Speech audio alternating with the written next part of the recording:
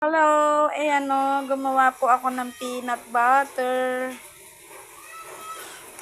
para sa flying saucer. Yung gustong umorder ng peanut butter, available dito sa shop ni Christopher Mauricio at ni Evelyn. Ano apelyido ni Evelyn? Evelyn Bernardo. Sa shop nilang mag-asawa. Kung sino yung gustong umorder dito sa computer shop ni Christopher at ni Evelyn Bernardo, available na po dito. See you, lahat ng gustong umorder ng peanut butter. Flying saucer po, ayan, maraming tinapay.